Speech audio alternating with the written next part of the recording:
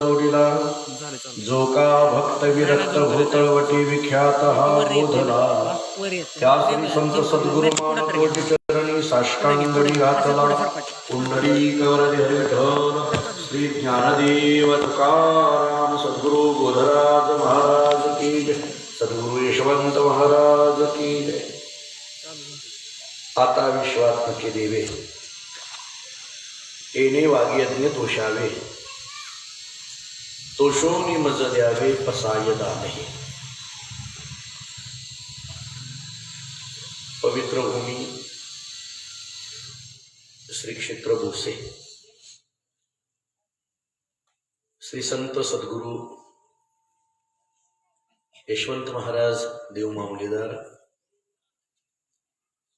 यांच्या पुण्यस्मरणानिमित्त सुरू असणारा अखंड हरिनाम सप्ताह, या सप्ताहामध्ये आजपासून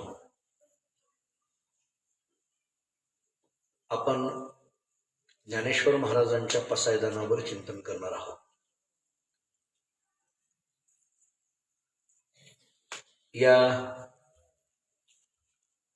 भूमीचं दैवत कैलासवासी यशवंत भाऊ पाटील, कैलासवासी राजूबापू पाटील या दोघांच्याही चरणी नतमस्तक होतो।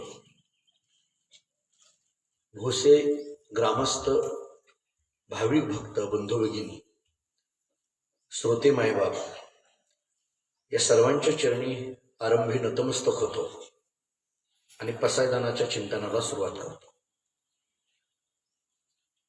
वारकरी संप्रदायामध्ये ज्ञानेश्वरी हे एक अत्यंत महत्वपूर्ण अशा पद्धतीचा ग्रंथ। आपल्याकडे एक वारकरी संप्रदायाच्या इमारतीच्या बाबतीत सहज साधं सोपं सगळ्यांना कळेल असं प्रमाण असं आहे, ज्ञानदेवी रचिला पाया उभारिले देवालया, तुका झालासे कळस भजन करा सावकाश। एक साधारण संकल्पना अशी आहे की या वारकरी संप्रदायाचा पाया ज्ञानेश्वर महाराजांनी रचला आणि या वारकरी संप्रदायाच्या इमारतीचे कळस जगद्गुरु तुकोबाराय झाले आणि मग मध्ये नामदेवराय आहेत, एकनाथ महाराज आहेत, आदी करून सर्व संतांची नावामध्ये येतात। ज्यांनी पाया रचला अशा ज्ञानोबारांच्या ज्ञानेश्वरीतील एक अत्यंत महत्वाचा विषय म्हणजे पसायदानाचा आहे। ज्ञानेश्वरीच्या 18व्या अध्यायाच्या शेवटी या पसायदानाच्या 9 ओव्या येतात। ज्ञानोबारायांनी मागितलेलं हे पसायदान ही एक विश्व प्रार्थना आहे। यात थोड्याशा माहितीप्रमाणे आपल्या महाराष्ट्रामध्ये तरी बहुतांशी कोणत्याही कार्याची सांगता ही पसायदानाने होते। मग तो शालेय शिक्षणातला कार्यक्रम असो, सामाजिक कार्यक्रम असो, आध्यात्मिक कार्यक्रम तर नक्कीच पसायदानाने सांगता होते। आणि म्हणून अनेक वेळेला आपल्याला हे पसायदान पाठ असतं। म्हणजे आणखी थोडं गमतीने बोलायचं झालं तर ज्ञानेश्वरी ओढून त्या ओव्या जरी आम्ही पाठ केलेल्या नसल्या तरी ऐकून आमच्या ते पाठ आहेत आणि त्याला कानपाठ म्हणतात। आणि त्यामुळे बऱ्याचदा एकट्याला म्हणा म्हटलं तर ते पसायदान म्हणता येत नाही, पण सामुदायिक मात्र नक्की येतं। एकट्याला म्हणा म्हटलं तर अनेक ठिकाणी चुकतो बघा, पण सामुदायिक म्हणा म्हटलं की मग आपण सुरू केलं की लगेच सगळ्यांच्या मुखातून त्या ओव्या बाहेर पडतात आणि मग बसलेल्यापैकी सगळ्यांच्याच मनामध्ये कुतूहल आहे की हे पसायदान नेमकं आहे तरी काय। पसायदान म्हणा, पसायदान आपण म्हणतो, माता भगिनींचं तर जवळजवळ सगळ्यांचं पसायदान पाठ आहे। प्रश्न पडतो की हे पसायदानाचा नेमका अर्थ काय। आणि मला वाटतं की दिसायला हा विषय सोपा आहे, कारण ओव्या पाठ असल्यामुळे आपल्याला सोप्या वाटतात, पण नक्की त्याच्यात अर्थ काहीतरी गंभीर अशा पद्धतीचा असला पाहिजे आणि त्या पसायदानाच्या ओव्यांच्या अर्थाची उकल व्हावी हा एक उदात्त हेतू ठेवून आदरणीय रावसाहेब तात्यांनी मला सांगितले की तुम्ही पसायदानावर बोला. ज्यावेळेस तात्या माझ्याकडं मला म्हटले की यावर्षी तुम्ही 6-7 दिवस भोस्यामध्ये बोलायचं आहे. मी म्हटलं माझ्याकडे एक ठरलेलं कीर्तन असतं तेवढं करतोय. ते म्हटलं नाही, गेल्या वर्षी तुम्ही प्रवचन 1 दिवस केलंय, त्यामुळे आम्हाला लक्षात आलंय की तुम्हाला प्रवचन सुद्धा येत आहे. 1 दिवस तुम्ही भोस्यात प्रवचन केलं गेल्या वर्षी, म्हणून आमच्या लक्षात आलंय तुम्हाला प्रवचन येत आहे, तर तुम्ही 7 दिवस भोस्यामध्ये बोला. मी म्हटलं तात्या, या व्यासपीठावर आतापर्यंत अनेक कथा आणि चिंतन झालेली आहे. हे भोस्यातलं व्यासपीठ हे फक्त भोस्या गावापुरतं मर्यादित राहिलेलं नाही, हे या संपूर्ण परिसराचं व्यासपीठ झालेलं आहे. आणि आता परिसरामध्ये सुद्धा अशी चर्चा आहे की चांगलं काही ऐकायचं असेल तर भोस्याला चला, अशी या पंढरपूर परिसराची मागणी आहे. आता इतकं व्यवस्थित पद्धतीने आपण गावकऱ्यांनी हा कार्यक्रम सांभाळलाय. म्हटलं अनेकांच्या इथं कथा झालेल्या आहेत. ते म्हटले नाही, तुम्ही बोला. मी म्हटलं काय बोलायचं? मला तात्यांनी सांगितलं तुम्ही पसायदानावर बोलायचं. मी म्हटलं तात्या, मी पसायदान वाटल्यास रोज महिन्याला येतो, पण बोलायला सांगू नका. ते म्हटले नाही, तुम्ही त्याच्यावरच प्रवचन करायची. आणि आत्ता इथं घरी आल्यानंतर वाड्यात दूध प्यायला दिलं, मग मला सांगितलं 6 दिवसात पसायदान संपलं पाहिजे. दूध पासून दम आहे. आणि हा इतक्या पद्धतीचा दम मला तरी फक्त तात्याच देऊ शकतात, हे तितकंच खरं आहे. कारण मी या गावचा अत्यंत लहानपणापासून आपल्या सगळ्यांचा लाडका आहे म्हणा, मला लहानाचं मोठंच भुसेकरांनी केलंय असं म्हणा. मी अनेक वर्ष झालं माझ्या वडिलांबरोबर, मी स्वतः अनेक वेळेला इथं आलेलो आहे. त्यामुळे एक वेगळ्या पद्धतीचं पाहुणपणाच्या नात्याबरोबर एक जिव्हाळ्याचं नातं या गावाशी अत्यंत जवळीकतेचं आहे. वारकरी संप्रदायाचं नातं या गावाशी अत्यंत जवळीकतेचं आहे. आणि म्हणून मला या पसायदानाचा विषय तात्यांनी आणि आपण सगळ्या गावकऱ्यांनी दिला, या दृष्टीने मला त्या पसायदानाच्या अभ्यासाकरता प्रवृत्त केलं असंच मी म्हणेन. एरवी प्रश्न असा पडतो की काय आहे हे पसायदान? शब्दशः अर्थ जर आपण करायला गेलो, ही ओवी सर्वांच्या पाठातली आहे, लहान मुलाच्या सुद्धा पाठातली आहे. आता विश्वात नके देवे येणे वागियज्ञ तोषावे तोषोनी मज द्यावे पसायदान. हे तर हे पसायदान मला द्या असं ज्ञानेश्वर महाराज सांगतात, मागतात. हे पसायदान शब्दच नेमकं काय आहे? मोठा चमत्कारिक वाटतो हा शब्द. या शब्दाचा थोडासा शब्दातून विग्रह जर आपण करायला गेलो तर पसाय अधिक दान बरोबर पसायदान असा शब्दातून विग्रह होईल. आणि म्हणून पसायाचं जे दान आहे त्याला पसायदान असा शब्दशः अर्थ निघतो. ते पसाय म्हणजे नेमकं काय, पसाय या शब्दाचे वेगळे तात्विक अर्थ काय, हे पुढे आपल्याला चिंतन करता येण्यासारखे.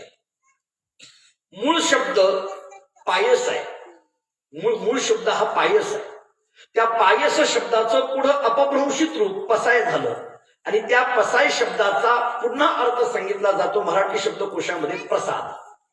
त्यामुळे पसाय दान, पसायाचं दान या शब्दाचा अर्थ आहे पायसाचं दान आणि याचा अर्थ आहे प्रसादाचं दान. त्यामुळे पसाय दान या शब्दाचा अर्थ आहे प्रसादाचं जे दान असतं त्याचं नाव पसायदान असा शब्दशः अर्थ आहे.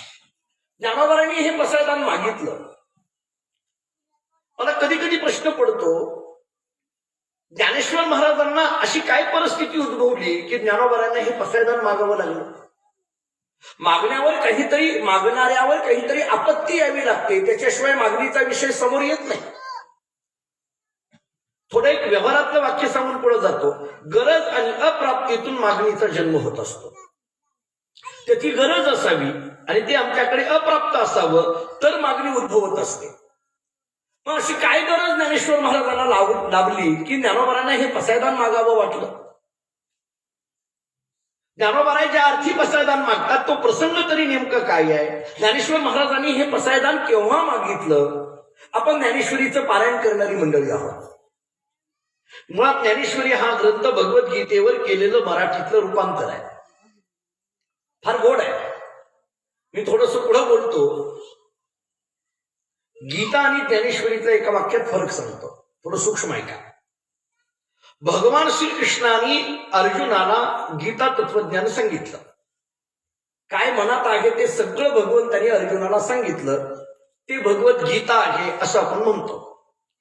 पण मला असं वाटतं की 700 श्लोकामध्ये असलेली ही भगवद्गीता अर्जुन समोर ऐकतोय, भगवान श्रीकृष्णाने त्याला सांगितलंय, पण त्यावेळेस काही वेळेच्या आणि अन्य काही अडचणी असतील, आणखीन खूप काही विषय सांगायचे होते भगवंताला, अर्जुनाला सांगायचे होते, पण ते राहून गेले. आणि म्हणून भगवंतांनी असा विचार केला की खूप काही मला सांगायचं होतं पण ते राहून गेलं. म्हणून भगवंतांनी नंतर श्रावण वद्य अष्टमीला ज्ञानेश्वर महाराजाच्या नावाने अवतार घेतला आणि ज्ञानेश्वरीच्या माध्यमातून त्या काळात राहिलेलं सगळं ज्ञानेश्वरीतून प्रगट केलं. त्यामुळे गीतेपेक्षा सुद्धा वेगळे पण ज्ञानेश्वरीच आहे. मी थोडं आणखीन पुढे बोलतो.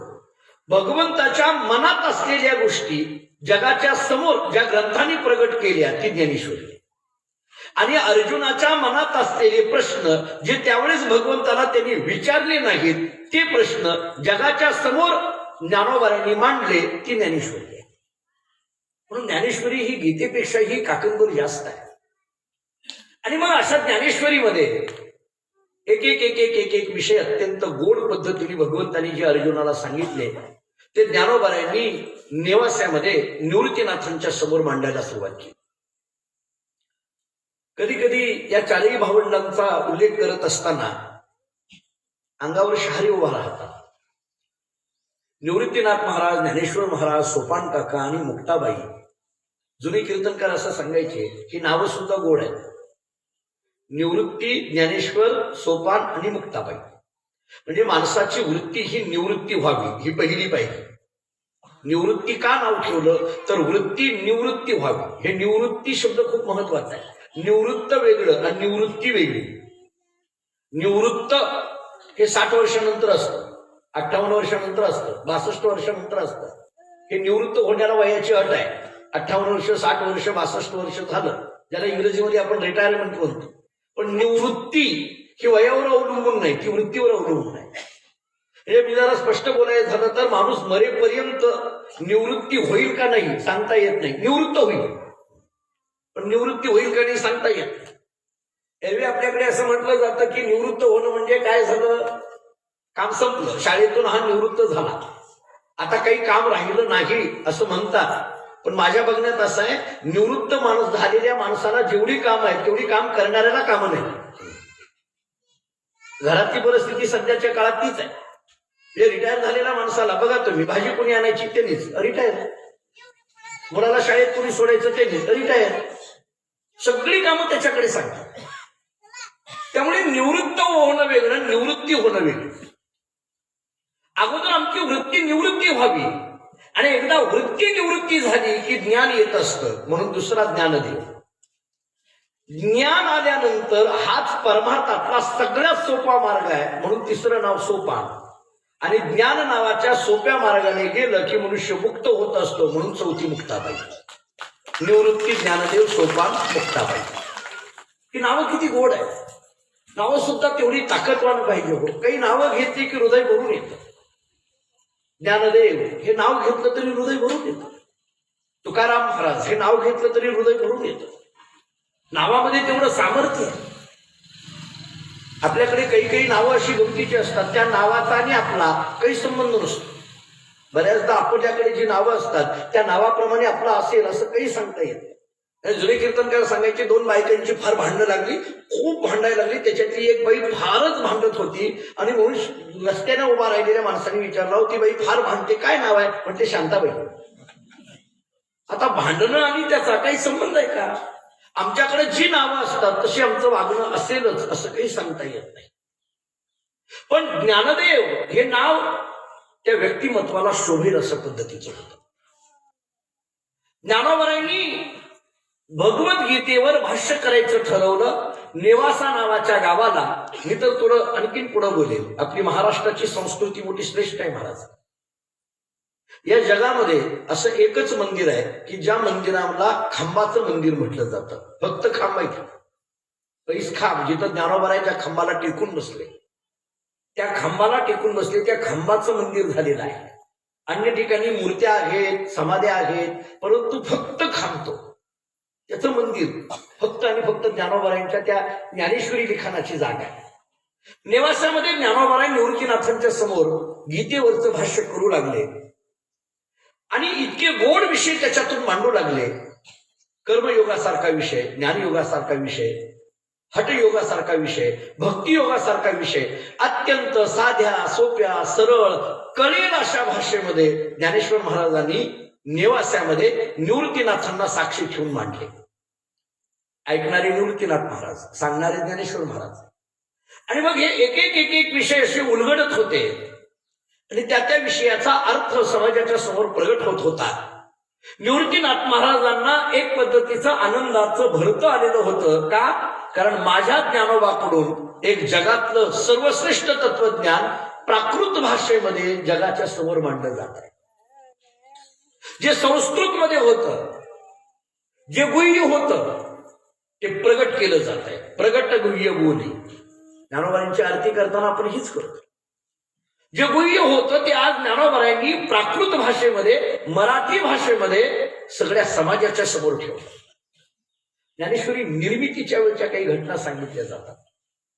असं सांगतात की ज्यावेळेस त्या निवासामध्ये ज्ञानोबा असे खांबाला टिकून बसले आणि गीतेवरचं भाष्य सुरू झालं, सगळा समाज ऐकत होता. निवृत्तीनाथ महाराज एका खांबाला टिकून बसलेले होते. त्यावेळेस जगातल्या सगळ्या भाषा ज्ञानोबांच्या समोर हात जोडून उभ्या होत्या. सगळ्या भाषा हात जोडून उभ्या होत्या. ज्ञानोबांनी त्या भाषेंना आणि त्या शब्दांना विचारलं, का रे बाबा का उभा आहात? त्या सर्व शब्दांनी सांगितलं, आमची एकच विनंती आहे, तुम्ही भगवद्गीतेवर प्राकृतामध्ये भाष्य करायला लागलात, आम्हालाही कुठंतरी संधी द्या. एवढाच विषय आमचा. त्या जगातल्या सगळ्या शब्दांनी म्हणावं, आम्हालाही कुठंतरी जागा द्या. त्यामुळे ज्ञानोबाराय म्हणजे ज्ञानेश्वरीमध्ये विपुल शब्द संग्रह आहे. अनेक शब्दांची रेलचेल ज्ञानेश्वरीमध्ये आहे. साहित्याच्या दृष्टीने अनेक अलंकार ज्ञानेश्वरीमध्ये आहे. साहित्याच्या दृष्टीने अनेक पद्धतीचा विचार ज्ञानेश्वरीमध्ये मांडलेला आहे. वेदांताचा विचार मांडलाय, तत्वज्ञानाचा विचार मांडलाय, साहित्याचा विचार मांडलाय, इतिहासाचा विचार मांडलाय, भूगोलाचा विचार मांडलाय, भविष्याचा विचार मांडलाय, शास्त्राचा विचार मांडला, वेदाचा विचार मांडला, पुराणांचा विचार मांडला.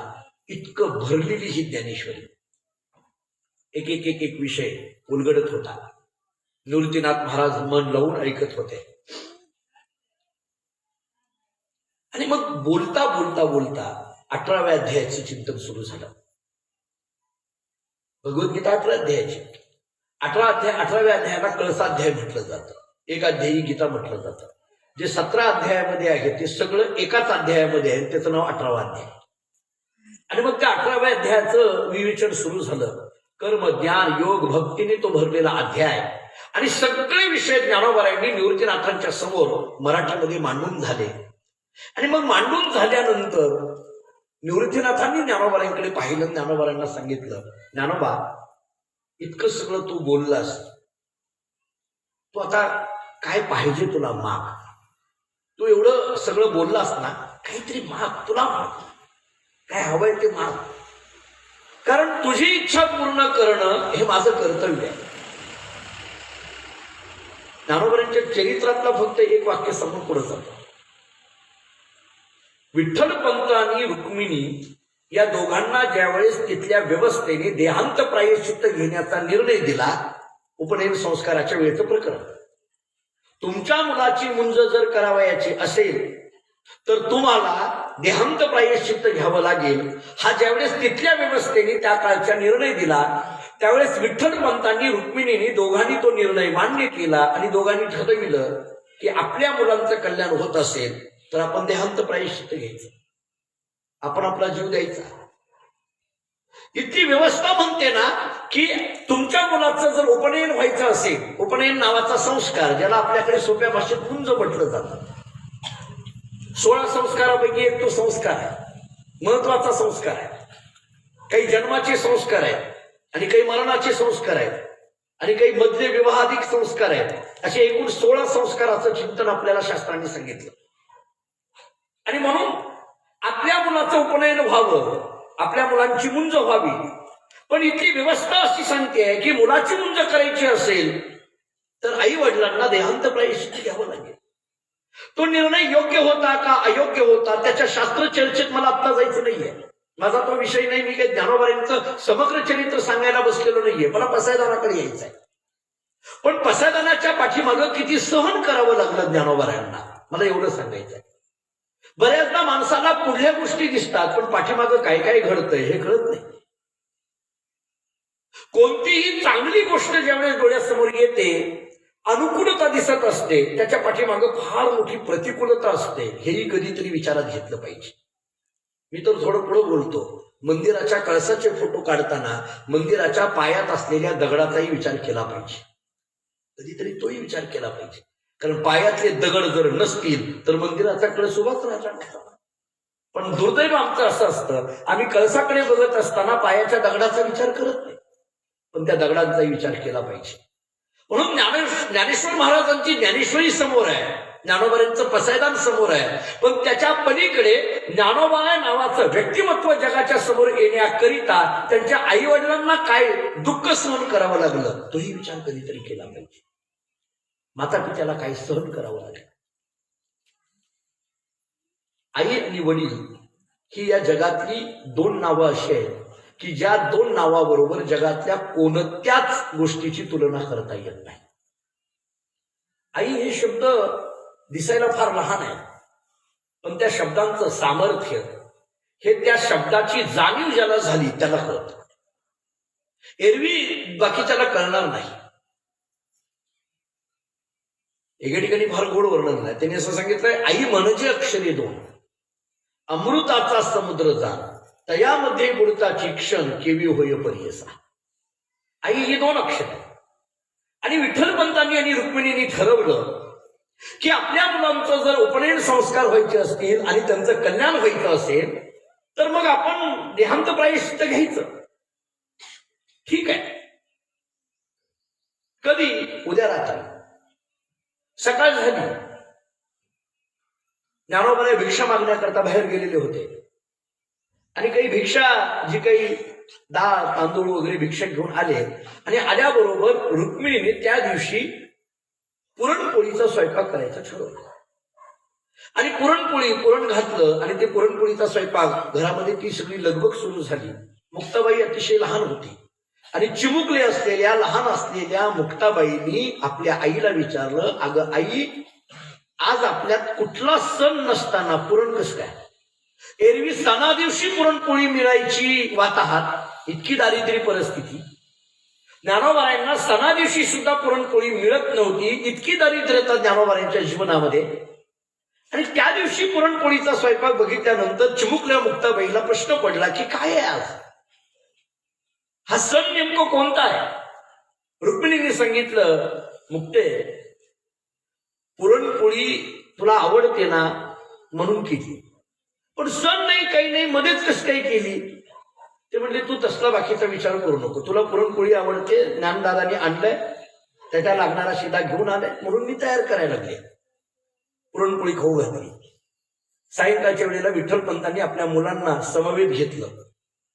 काही ज्या सांगायच्या असतात, एखाद्या वडिलांनी मुलाला जे संस्कार द्यायचे असतात त्या गोष्टी विठ्ठलपंतांनी बोलायला सुरुवात केली. ज्ञानेश्वरीत एक ओवी आहे, वडील जे जे करीती तया नाव धर्म ठेवीती. खरं तर वडिलांच्या काही जबाबदारी असतात, आपल्या मुलावर काही संस्कार करायची ह्या जबाबदारी असतात. आपल्यावरून मुलं शिकत असतात. म्हणजे आमच्याकडे गमतीने असं सांगितलं जातं, एक मुलगा चिंचेच्या झाडावर गेला, आंब्याच्या झाडावर गेला आणि आंबे तोडायला लागला. आणि ते आंबे तोडायला लागला, दुसऱ्याचे आंबे तोडायला लागला. त्या आंब्याचा जो मालक आहे आमराईचा, तो धावत आला, त्याला बघितलं, त्या मुलाला खाली उतरवलं, कान पकडले, तुला कळत नाही करे म्हटले, आंबे चोरतो म्हटले, चल तुझ्या वडिलांकडे. आंबे चोरायला लागला, कळत नाही काही नाही, तुझ्या वडिलांकडे तक्रार करतो, चल. तो म्हटला, कुठं चालायचं? तुझ्या घरी, वडिलांकडे जाऊ ना. ते म्हटलं, घरी वडील घरी नाही येत, मग पलीकडल्या आंब्यावर ते चोरतायत आंबे, आता जायचं कुणाकडे? घरातली परिस्थिती अशी आहे. आई वडिलांवर काही जबाबदारी असतात. कठीण प्रसंग आहे. आज आपल्याला रात्री निघून जायचं आहे आणि त्याच्यानंतर आपल्या चारही मुलांची दर्शनं आपल्याला होणार नाहीत किंवा आपली दर्शनं आपल्या मुलांना होणार नाहीत. आणि अशा अत्यंत नाजूक प्रसंगामध्ये सायंकाळच्या वेळेला विठ्ठलपंतांनी आपल्या चारही मुलांना समवेत घेऊन काही तत्वज्ञानाच्या आणि काही व्यवहाराच्या गोष्टी सांगायला सुरुवात केली. निवृत्तीनाथ थोडे मोठे होते, त्यांच्या लक्षात येत होतं आज काहीतरी विपरीत आहे. थोडे मोठे होते, जाणते होते निवृत्तीनाथ. झालं, सायंकाळचा प्रसाद झाला, झोपी गेली. आणि रात्रीच्या वेळेला विठ्ठलपंतांनी एक पत्र लिहिलं आणि त्या पत्रातले शब्द फार अंगावर शहारे आणणारे होते. ते पत्र निवृत्तीनाथाला लिहिलेलं पत्र होतं आणि सांगितलं होतं, निवृत्ती तू सगळ्यात मोठा आहे. आता इथून पुढं सगळी जबाबदारी या मुलांची तुझ्यावर राहणार आहे. या ज्ञाना हा वेदांती आहे, तत्वज्ञानी आहे, त्याचे सगळे लाड पुरवण्याचं काम तुझं आहे. सोपान हा शांत असतो, परंतु त्याला समवेत घेऊन जायचं तुझं काम आहे. मुक्ताबाई हट्टी आहे आणि थोडी तापट आहे, तिला समजावून घ्यायचं काम तुझं आहे. आणि खाली लिहिलं होतं, ज्ञानेश्वर, सोपान, मुक्ताबाई या तिघांना लिहिलं होतं, आजपासून तुमचे आई आणि वडील हे निवृत्तीच असतील. ते पत्र लिहिलं आणि विठ्ठलपंतांनी रुक्मिणींनी देहांत प्रायश्चित्त घेतलं, डोहामध्ये उडी टाकली, आपला जीव भगवंताच्या चरणी समर्पित केला. मला असं वाटतं वारकरी संप्रदायाची इमारत उभा आहे, पण त्याच्यातला जर मूळ पाया कोण असेल तर विठ्ठलपंतांनी रुक्मिणींना बळी द्यावा लागला, तेव्हा ही वारकरी संप्रदायाची इमारत उभा राहिली, तेव्हा ही उभा राहिली. त्यामुळे ही प्रतिकूलता कधीही विसरता कामा नये. आणि त्यामुळे त्या पत्रात लिहिलेलं होतं, ज्ञानोबाच्या सगळ्या इच्छा पूर्ण करण्याचं काम निवृत्ती तुझं आहे. आणि म्हणून भगवद्गीता नावाच्या अत्यंत विद्वत प्रचुर असलेल्या संस्कृत ग्रंथावर ज्ञानेश्वर महाराजांनी प्राकृतामध्ये मराठीमध्ये निरूपण केलं. 18 अध्यायाचा ग्रंथ सिद्ध झाला आणि आता सरते शेवटी सांगतेच्या प्रसंगामध्ये निवृत्तीनाथ महाराज समोर आहेत आणि ज्ञानोबांनी सांगावं, दादा भगवंतांनी अर्जुनाला सांगितलेला कर्मयोग असा आहे, भगवंतांनी अर्जुनाला सांगितलेला ज्ञानयोग असा आहे, भगवंतांनी अर्जुनाला सांगितलेला भक्तियोग असा आहे. आणि कर्म ज्ञान भक्तीची चर्चा ज्ञानोबांनी अत्यंत अस्खलित मराठीमध्ये तत्वज्ञानाच्या प्रमेयाने भरवून केली आणि स्वतःची काही मतं त्याच्यामध्ये मांडली. निवृत्तीनाथांना आनंदाचं भरतं आलं की माझा ज्ञाना हा किती विद्वान आहे, माझ्या ज्ञानोबाऱ्याकडे किती तत्वज्ञान भरलेलं आहे, जे भगवंताच्या मनात होतं पण अर्जुनाला प्रगट पद्धतीने सांगितलं नव्हतं, ते भगवंताच्या मनातलं जगाच्या समोर प्रगट रूपाने मांडलं, ते ज्ञानोबा आहे. मी आपल्याला एक आणखीन एक बारकावा समोर पुढे जाऊन थोडं सूक्ष्म आहे का, आपल्याकडे असलेलं ज्ञान जगाला देण्याकरता फार औदार्याची गरज असते. हो, त्याला औदार्य लागतं. आपल्याकडे असलं एक सांगतो, मिळवणं सोपं आणि मिळालेलं जगाला देणं वेगळं. मिळणं ते 3 शब्द आहेत, अपूर्ण, पूर्ण आणि परिपूर्ण. अपूर्ण, पूर्ण आणि परिपूर्ण. अपूर्ण जीव अपूर्ण आहे. मुमुक्षु हा मुक्त झाल्यानंतर तो पूर्ण आहे. त्यामुळे जीव हा अपूर्ण आहे, मुक्त हे पूर्ण आहे, पण संत हे परिपूर्ण आहे. का संतांना परिपूर्ण म्हणायचं? पूर्ण आणि परिपूर्णामधला फरक असा आहे, ब्रह्मज्ञान प्राप्त होणं हे पूर्णाचं लक्षण आहे आणि प्राप्त झालेलं ज्ञान जगाला देणं हे परिपूर्णाचं लक्षण आहे. हे परिपूर्णाचं लक्षण. आपल्याला जे माहित आहे ते जगाला देणं. सेवितो आरस वाटितो अनिका महाराजांचे शब्द आहेत. आपल्याकडे असलेलं जगाला देणं, देण्याची भूमिका येणं, याला फार औदार्य लागतं. म्हणून तर तुकाराम महाराजांचा एक अभंग आहे बघा, घातला दुकान देती आली असी दान, संत उदार उदार भरले अनंत भांडार. संत उदार आहे कारण आपल्याकडे असलेलं जगाला देता येत, देण्याची वृत्ती आहे. की देण्याची वृत्ती येणं फार कठीण आहे. आलेला अनुभव जगाला देणं, मी गमतीने असं सांगत असतो, अनुभव येणं वेगळं, अनुभव घेणं वेगळं, अनुभव देणं वेगळं. अनुभव येणं ज्यांच्याकडे घडतं त्याला साधक म्हणा, अनुभव घेणं हे ज्यांच्याकडे घडतं त्याला मुक्त म्हणा, आणि अनुभव देणं हे ज्यांच्याकडे घडतं त्यांना संत म्हणा. नाही कळालं तर आणखी सोपं बोलतो, येणं घेणं देणं. कळलं कळलं? याच्यातही गंमत आहे. येणं आणि घेणं सगळ्यांच्या लक्षात राहतं, बऱ्याचदा विसरतं, त्याचं नाव देणं. बऱ्याचदा विसरतं, त्याचं नाव देणं. एखाद्याला आपण 100 रुपये दिले, देतो म्हटलं, दिलेच नाही. त्याला म्हटलं, अहो तुम्ही गेल्या आठवड्यात 100 रुपये घेतले होते, दिलेच नाही. तो म्हणतो, अहो काय करायचं, लक्षातच राहिलं नाही, द्यायचं विसरलो. मी गमतीने सांगत असतो, द्यायचं विसरतो त्याचं नाव माणूस. बघा, माणसाची व्याख्या एवढीच आहे, द्यायचं विसरतो त्याचं नाव माणूस, आणि लक्षात ठेवून देतो त्यांचं नाव संत. लक्षात ठेवून देतात, दाता तोची एक जाणा नारायणा स्मरण. दातृत्व नावाचा गुण हा संतांकडे आहे. आणि म्हणून निवृत्तीनाथांनी ज्ञानोबांना विचारलं, तुला काय पाहिजे सांग. तू आज 11 अध्यायाची गीता मराठीमध्ये आमच्या जगाच्या समोर मांडली आणि अर्जुनाच्या निमित्ताने असलेली गीता ही जगाला मोकळी केली, उघड केली, ती ज्ञानेश्वरीच्या रूपाने. जर मी आणखीन पुढे बोलतो, पटतंय का बघा माझा युक्तिवाद. ज्ञानोबा अवताराला आले नसते तर गीता काय आहे हे तुम्हा आम्हा सामान्यांना कळालीच नसते. महाराज कळाली असते. आज इथं माता भगिनी एवढ्या संख्येने आहेत. माझी नजर जिथपर्यंत आहे तिथपर्यंत पुरुष मंडळी बसलेली आहेत. आपण रोज शेतात काम करणारी, कष्ट करणारी माणसं, सामान्य कुटुंबात राहणारी माणसं आहोत. पण आजही आम्हाला गीतेतलं तत्वज्ञान अगदी सहजासहजी कळायला लागलं. हे उपकार कोणाचे आहेत? ज्ञानोबाचे. जर ज्ञानोबा अवताराला आले नसते तर गीतेचं तत्वज्ञान आम्हाला कळालं नसतं. काय आहे ती गीता आम्हाला लक्षात आली नसते. जीवन जगण्याची एक फार मोठी कला गीतेने जी अर्जुनाच्या निमित्ताने जगाला दिली, ती मोकळी केली कोणी? ज्ञानेश्वर महाराज.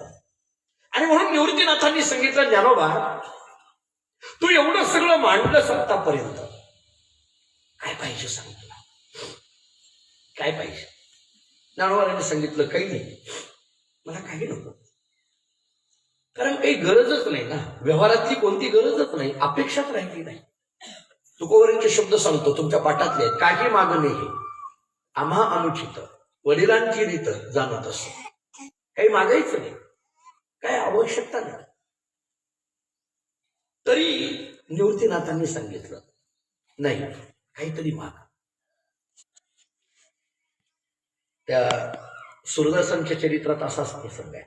दोन्ही डोळ्याने अंधे असणारी सूरदास, भगवान श्रीकृष्ण परमात्मा प्रगट होता आणि भगवान श्रीकृष्ण परमात्मा प्रगट होता. सूरदास बोला, काय पाहिजे तुम्हाला, मागा. सूरदासांनी सांगितलं, देवा काही नको. अरे बाबा मी प्रसन्न आहे, काहीतरी मागा. नाही काही नको. अरे मी द्यायला लागलोय, काहीतरी माग. नाही काही नको.